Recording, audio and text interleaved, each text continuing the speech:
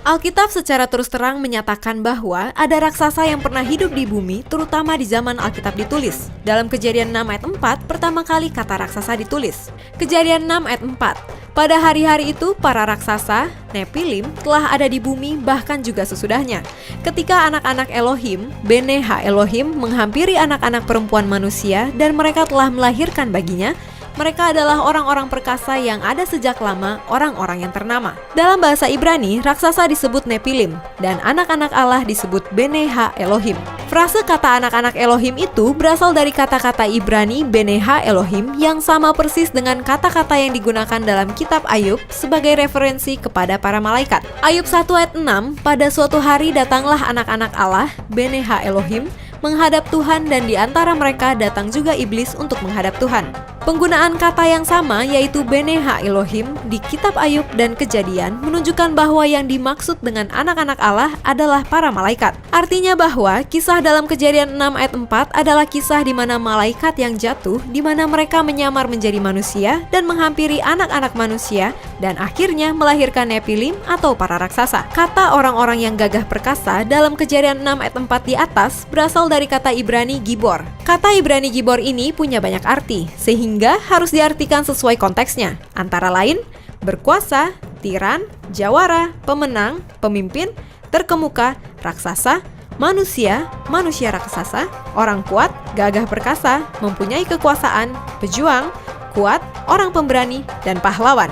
Kata Gibor digunakan untuk mendeskripsikan para pahlawan Raja Daud maupun mendeskripsikan para raksasa. Jadi, perlu melihat konteks untuk mengetahui apakah teks Alkitab sedang berbicara tentang manusia yang gagah berani atau manusia raksasa. Dalam konteks Kejadian 6 ayat 4, teksnya secara jelas menunjukkan bahwa mereka itu raksasa, khususnya bila dibandingkan dengan tulisan-tulisan Ibrani kuno di luar Alkitab sebagai pertimbangan.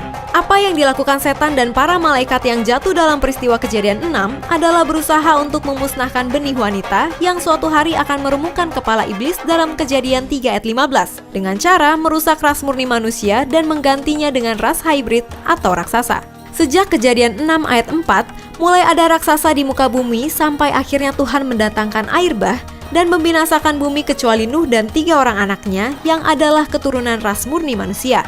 Kejadian 6 ayat 9. Inilah riwayat Nuh. Nuh adalah seorang yang benar dan tidak bercela di antara orang-orang sezamannya. Dan Nuh itu hidup bergaul dengan Elohim. Tidak bercela berasal dari kata Ibrani tamim, yang artinya sempurna, tanpa cacat, tak bercela, tidak tercemar, benar. Dengan kata lain, dia secara genetika benar-benar murni. Namun bagaimana para raksasa ini masih ada setelah air bah, bahkan sampai zaman Raja Daud? Sesudah peristiwa air bah, anak-anak Nuh mulai mempunyai anak-anak keturunan. Kejadian 9 ayat 18, anak-anak Nuh yang keluar dari bahtera ialah Sem, Ham, dan Yafet. Ham adalah bapa Kanaan.